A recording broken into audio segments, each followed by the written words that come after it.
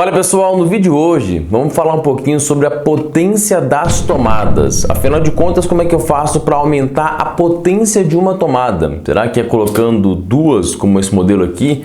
Ou talvez passando para uma tomada de 20 amperes ou mudando para um outro padrão de tomadas? E se eu te disser que uma tomada não tem potência? Afinal de contas, será que você entendeu até hoje o que é realmente a potência? E por que uma tomada não tem potência? Mas que absurdo é esse, né? Afinal de contas, falar que tomada não tem potência, se por exemplo, nesse item aqui da NBR 5410, ele é bem claro aqui, ele fala que em banheiros, cozinhas, copas-cozinhas, áreas de serviços, lavanderias e locais análogos, no mínimo 600 VAs por ponto de tomada.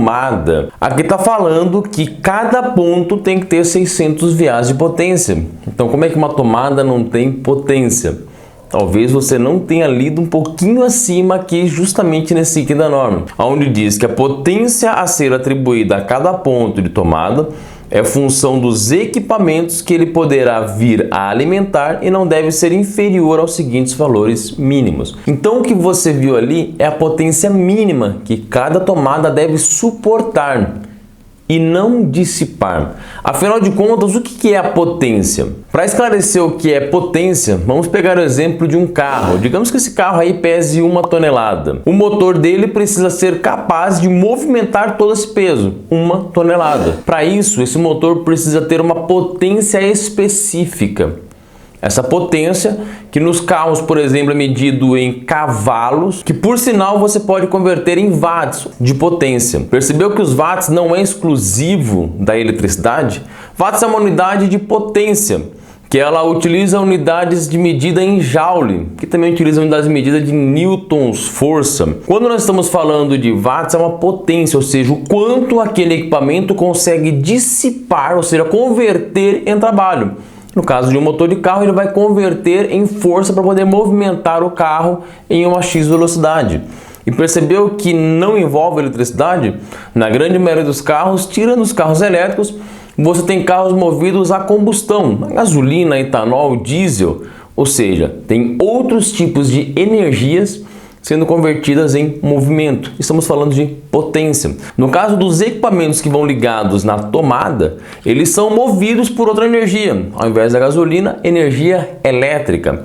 Esses equipamentos, como por exemplo um aquecedor, um secador de cabelo, um liquidificador, todos eles vão converter a energia elétrica em algum outro tipo de energia. Como por exemplo, um secador vai converter a energia elétrica em energia térmica.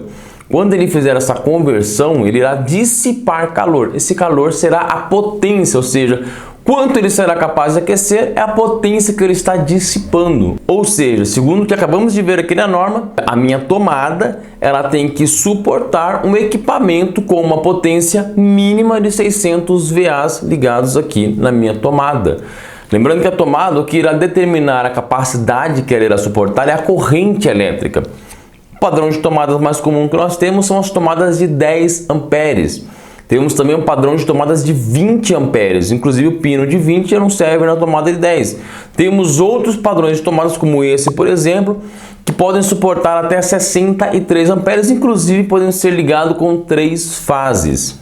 Então você entendeu que a tomada não tem potência, ela irá suportar um equipamento e esse equipamento sim ele tem a potência, porque ele vai converter a energia em alguma coisa. Mas por que na norma diz mínimo 600 VAs? Afinal de contas, se uma tomada que suporta uma corrente de 10 amperes, se ela está alimentando o equipamento em 220 volts, fazendo 220 volts vezes 10 amperes, o equipamento pode ter uma potência de até 2.200 watts. E por que 600 VA? Porque é o mínimo. E afinal de contas, em um circuito de tomadas, você vai ter várias tomadas no qual foi calculada uma demanda de no mínimo 600 VAs. Ou seja, se eu tiver 3 tomadas no qual eu calculei uma demanda de no mínimo 600 VAs, eu vou ter um total de 1.800 VAs que eu posso ligar de equipamentos disponíveis naquele circuito. Se eu ligar um equipamento de 2.200 VAs ou watts de potência, em uma única tomada, eu vou estar superando o que eu calculei para o meu circuito. Se o seu cabo não suportar ou se o seu disjuntor estiver subdimensionado, ele irá atuar protegendo o cabo e dessa forma seu circuito não irá funcionar. Entendeu? Quer entender melhor esse assunto de VA e watts? Quer entender melhor como dimensionar corretamente os circuitos? Quer entender tudo isso? Aqui embaixo eu vou deixar o link na descrição, porque a gente tem bastante conteúdo aqui no canal. Vou deixar os links aqui embaixo, acessa, se inscreve aqui no canal, ativa o sininho, deixa seu comentário do que você achou, do que você gostaria de ver aqui no canal. Se ficou dúvida, deixa aqui embaixo também. Tem o nosso site também, lá tem o nosso WhatsApp, pode acessar lá, tirar dúvidas, pegar conteúdos que tem inclusive no nosso site para download. Afinal de contas, esse aqui é um assunto importantíssimo que todo eletricista tem obrigação de conhecer. No próximo vídeo vamos falar um pouquinho sobre curto-circuito. Já vi que é a dúvida de muita gente, inclusive, por exemplo, por que o disjuntor está marcado lá uma corrente de curto-circuito de 3.000 amperes, outro de 4.000 amperes. Quer entender melhor? Então clica aqui embaixo, se inscreve no canal e eu te aguardo no próximo vídeo.